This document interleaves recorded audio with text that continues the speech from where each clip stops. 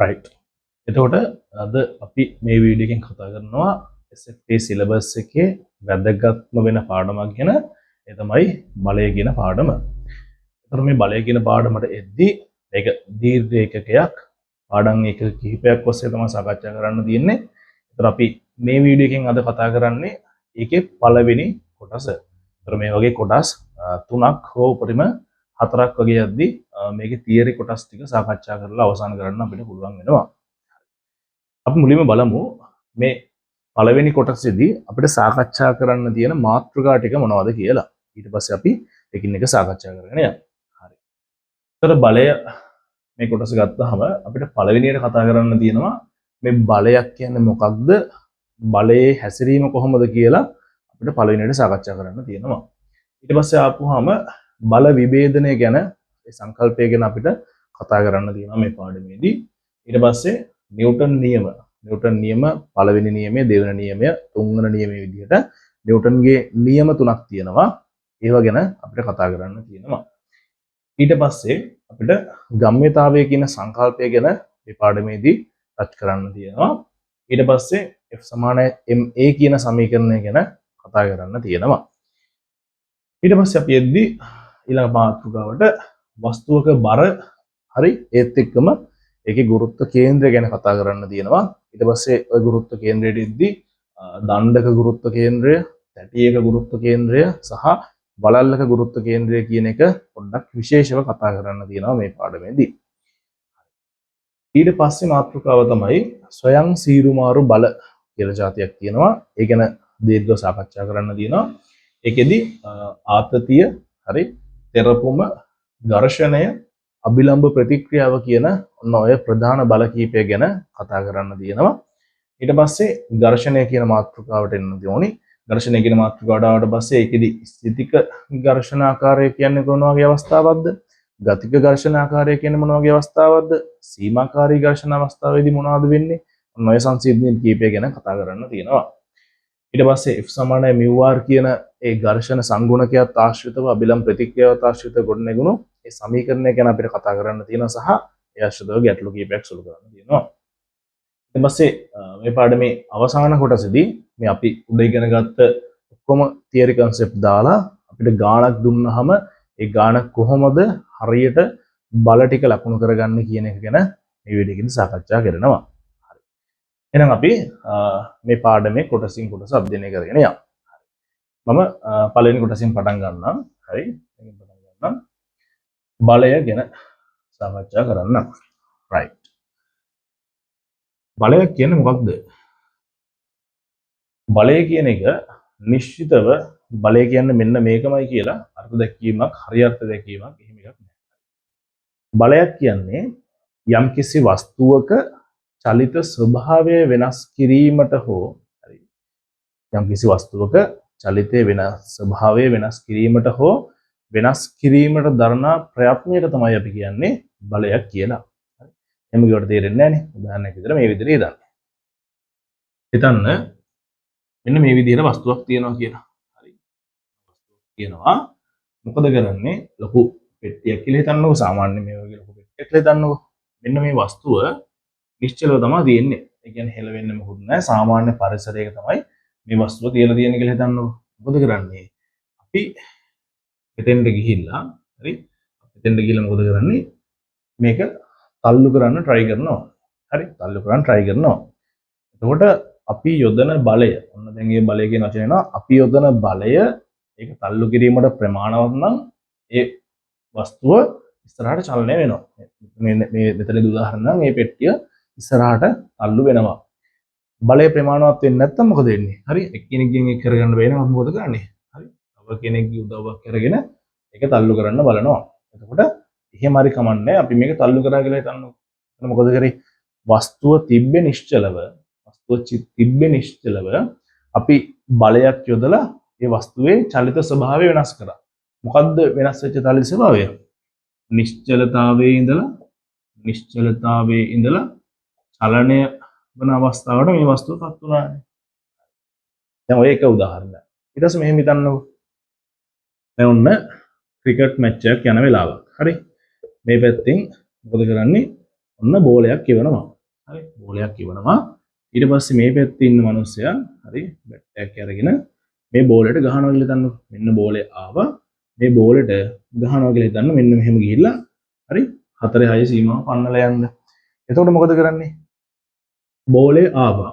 බෝලේ තිබ්බේ චලනය වෙවීම තමයි. දැන් බෝලය ගැහුවට පස්සේ යන්නේ චලනය වෙවීම තමයි. හැබැයි මොකද්ද මේ අවස්ථාවේදී වෙනස? බෝලේ ආවේ මෙන්න මේ වගේ ඇන්ගල් එක කෝණකින්. දිශාවකින් ආවේ. බෝලේ මේ වගේ දිශාවකින් ආවේ. දැන් මෙයා යොදපු බලයත් එක්ක මොකක්ද උනේ? මේ බෝලේ දිශාව වෙනස් වුණා. හරි? එහෙනම් චලනය වන වස්තුවක චලිත ස්වභාවයේ හරි ස්වභාවයේ අවයවයක්නේ දිශාව. හරි? දිශාව මෙයා මොකද කරේ? වෙනස් කරා. හරි? ඒකට ඔයාලට තේරෙනවා නිශ්චල වන වස්තුවක් චලනය කරන්නත් බලයකට පුළුවන්.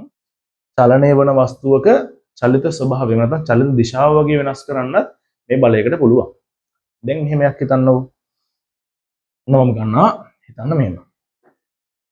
හයිවේ එකක් තියෙනවා කියලා හිතන්නකො. හරි. හයිවේ එකක් තියෙනවා.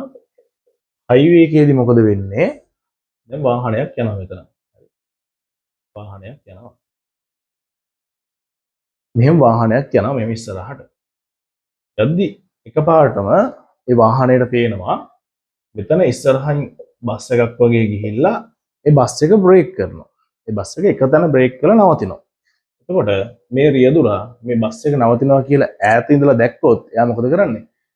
යම් කිසි දුරක් ගිහිල්ලා හරි මෙන්න මේ කියන වාහනයට කලින් එයාගේ වාහනේ නවත්ත ගන්නවනේ.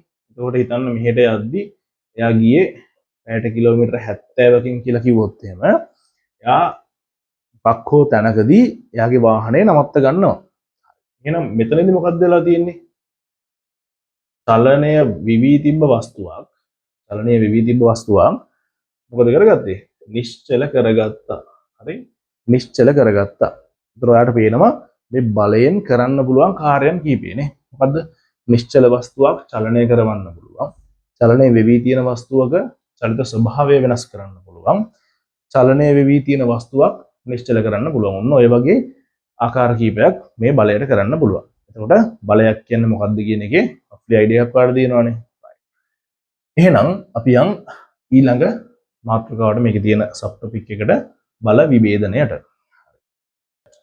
අපි කතා කරමු බල විභේදනය කියන එක ගැන. දැන් මෙහෙම යම් කිසි වස්තුවක් ගත්තාම ඒ වස්තුවක් මතට බලයක් යොදන්න පුළුවන් ආකාර කීපයක් තියෙනවානේ. හරි? උදාහරණයක් විදිහට මම මෙන්න මේ වස්තුව ගත්තොත් එහෙම හරි? මේ වස්තුව ගත්තොත් එහෙම මේ වස්තුවට බලයක් ඕන නම් මෙතනින් යොදන්නත් පුළුවන්. හරි? හිතන්න මේක පෘෂ්ඨයක් මත තියලා තියෙන්නේ කියලා. මේ වස්තුවට බලයක් මෙතනින් ඔහම තල්ලු කරන්න වගේ එතනින් බලයක් යොදන්නත් පුළුවන්. එහෙම නැත්නම් මේ වගේ තැනකින් බලයක් යොදන්නත් පුළුවන්. නැත්නම් මේ වගේ තැනකින් බලයක් යොදන්නත් පුළුවන්. හරි? මේ යොදන බලය මෙහෙම කෙලින් යොදන්න නැතුව ඕන්න මේ විදිහට බලයක් යොදන්නත් පුළුවන්. හරිනේ? ඊට පස්සේ මේ පැත්තෙන් බලයක් යොදන්න නැතුව ඕන්න මේ හරියෙන් වගේ පොඩි කොක්කක් දාලා ලණුවක් දාලා මේ හරියෙන් වගේ මේ වස්තුව බලයකින් අදින්නත් පුළුවන්. දැන් ඔයාලට තේරෙන්න ඕනේ මොකක් හරි වස්තුවකට බලයක් යොදද්දී අපි ඒ බලයේ විශාලත්වය කියනවා වගේම තමයි. දැන් උදාහරණයක් විදිහට අපි දැන් මෙතන මේ වස්තුවට නිව්ටන් 5ක බලයක් යොදනවා කියලා. හරි? එතකොට බලයමයින ඒකකයේ තමයි නිව්ටන් අපි ඉස්සරහට කතා කරමු.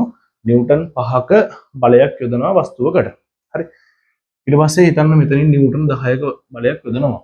ඔය විදිහට අපි දැන් දුරට වේගයට වගේ අපිට තියෙනවනේ. දැන් දෛශිකයට ඒකකයක් කතා කරන්න පුළුවන්. ඒ වගේම බලයට අපි යොදන සංඛ්‍යාත්මක ඒකකයක් අපිට කතා කරන්න පුළුවන්. ඊට අමතරව ඔයාලට පොඩි දෙයක් ටච් වෙනවද කියලා බලන්න. මේ යොදන බලයේ විශාලත්වය වගේම හරි බලයේ විශාලත්වය වගේම විශාලත්වයක් තියෙනවා තමයි විශාලත්වය වගේම මේ බලයේ යොදන දිශාව හරි බලයේ යොදන දිශාවක් අනුව මේ බලයේ හැසිරීම වෙනස් වෙනව නේද? දැන් උදාහරණයක් විදිහට මේ බලය මේ පැත්තට නිව්ටන් 5ක් යදුවොත් මේ වස්තුව චලනය වෙන්නේ ඉස්සරහට. ඒ බලය මේ පැත්තට නිව්ටන් 5ක් යදුවොත් හරි නිව්ටන් 5 ඕනම අගයක් ඒ වස්තුව චලනය වෙන්නේ මේ පැත්තට.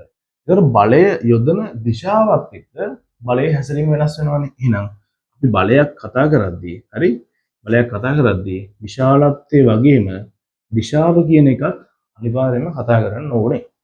හරි. ඔය දෙක කතා කරපුවාම ඇද්ද? දැන් මේ උදාහරණෙම ගන්න මම කිව්වා මේ බලය යොදලා තියෙන්නේ විශාලත්වයේ හරි සමානයි කියලා හිතන්න විශාලත්වයේ මේකත් නිව්ටන් 5යි කියලා. හරි මේකත් නිව්ටන් 5යි කියලා හිතන්න.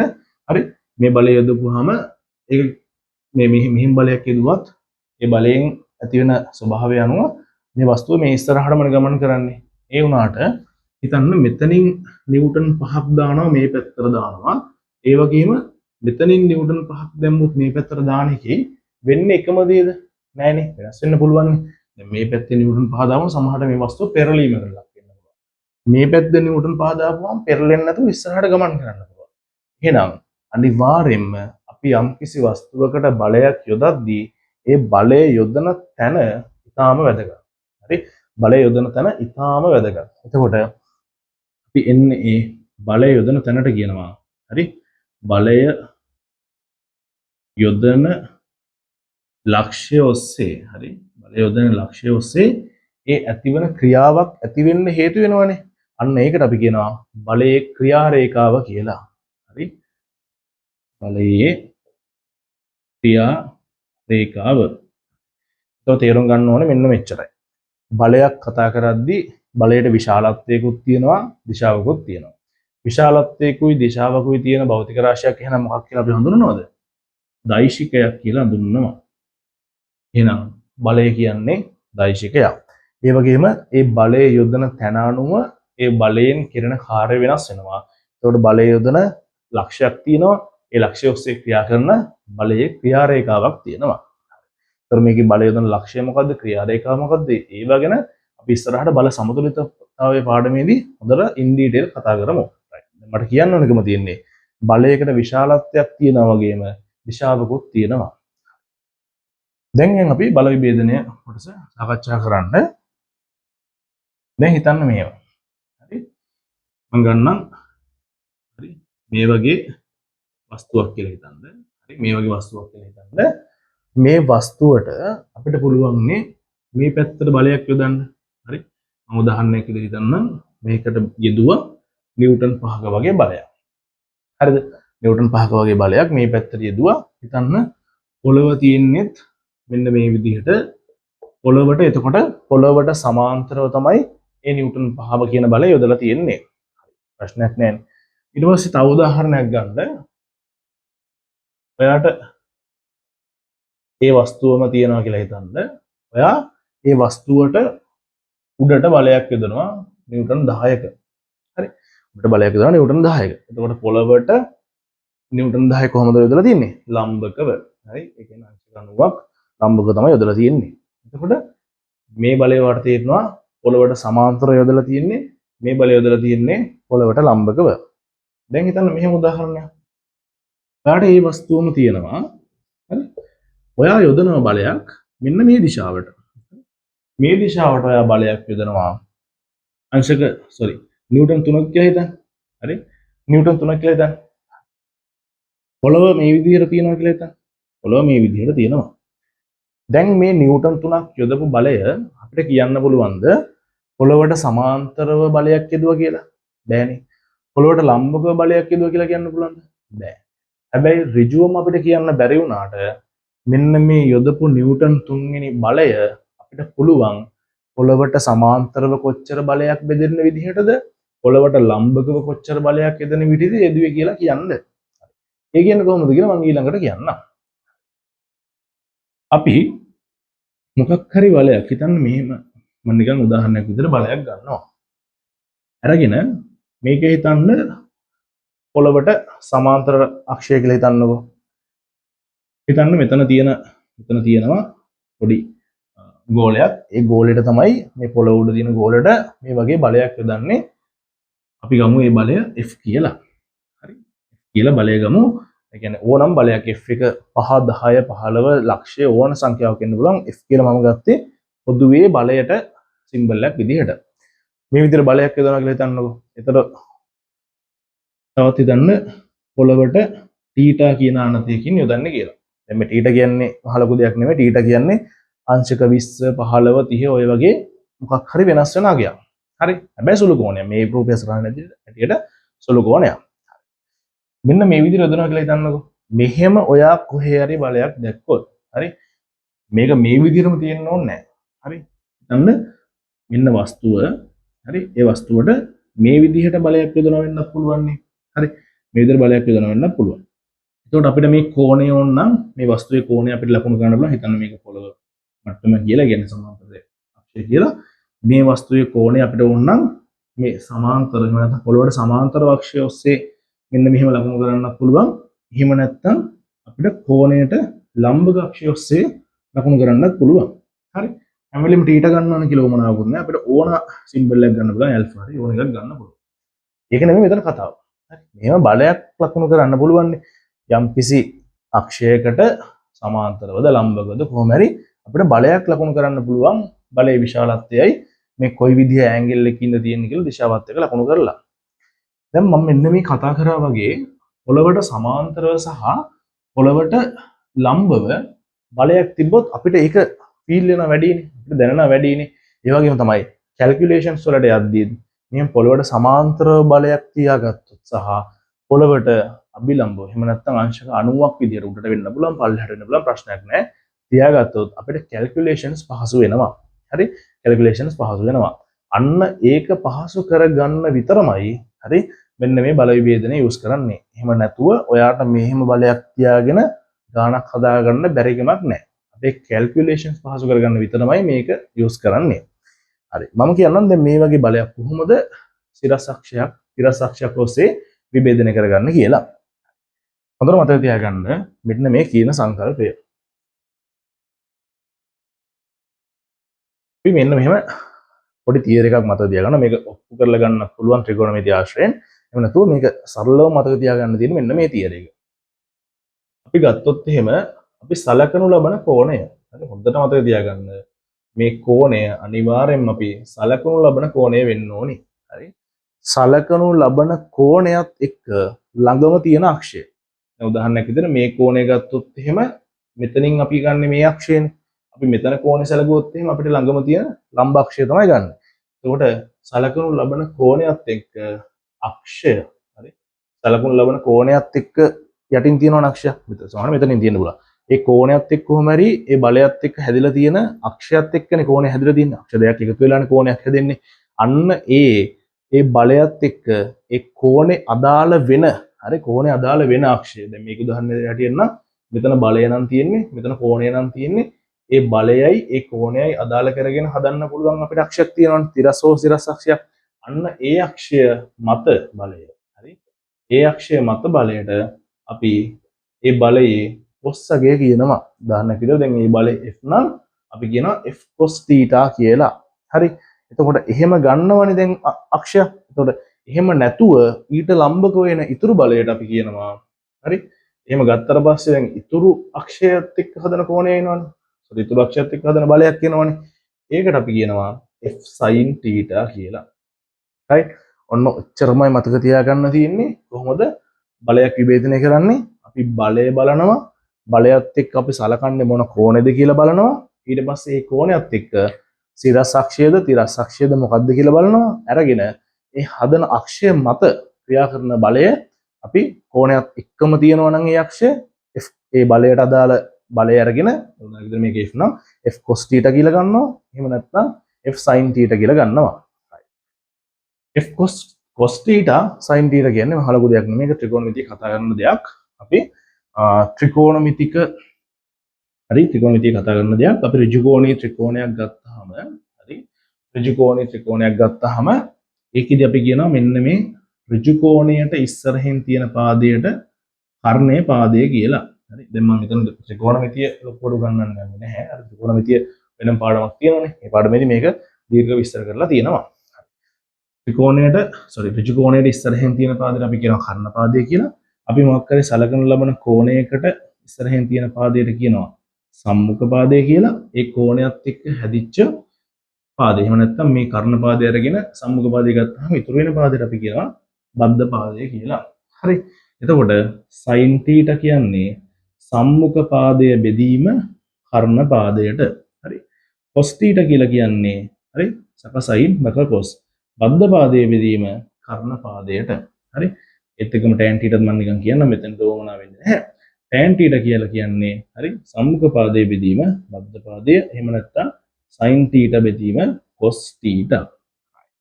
එතකොට අපි කරන්නේ අපි මොකක් හරි බලයක් විභේදනය කරන්න තිබ්බොත් හරි මම උදාහරණයක් ගන්න.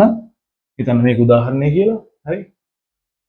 මෙන්න මෙහෙම බලයක් තියෙනවා කියලා හිතන්න. නිව්ටන් 10ක. හරි. මෙතන අංශක 30ක් තියෙනවා කියලා හිතන්න. ඊට පස්සේ අපිට මෙන්න මේ අවස්ථා දෙකට බලය විභේදනය කරන්න තිබ්බොත් මෙතෙන්ට එන්නේ f cos θ නේ. f cos θ නේ කියන්නේ මෙතන හැටියට නම් f කියන්නේ 10යි. cos θ මෙතන හැටියට නම් අංශක 30යි. හරි. එතකොට මෙතෙන් ගත්තොත් එහෙම එන්නේ f sin θ නේ. f sin θ එන්නේ මෙතන f කියන්නේ 10යි. sin θ කියන්නේ හැම වෙලේම මත තියාගන්න මෙතන තියෙන කෝණ නෙමෙයි ගන්නෙ අර සලකපු කෝණයමයි ගන්නෙ. හරි. දැන් එහෙම තව කෙනෙක් ගත්තොත් එහෙනම් මෙතන 30යි මෙතන 60යි නේ එහෙනම් කියලා මෙතන f sin 60 කියලා ගත්තොත් වැරදි. හරි. 60 ගන්නව නම් ගන්න ඕනේ cos එකක් විදියට. මොකද මෙතන තියෙන කෝණයත් එක්ක බද්ධ වෙලා තියෙන පාදේ මෙතනනේ. එහෙනම් ඒ 60 ගන්නව නම් අපි ගන්න ඕනේ cos එකක් විදියට. හරි. එතකොට මෙතන 10යි sin 30.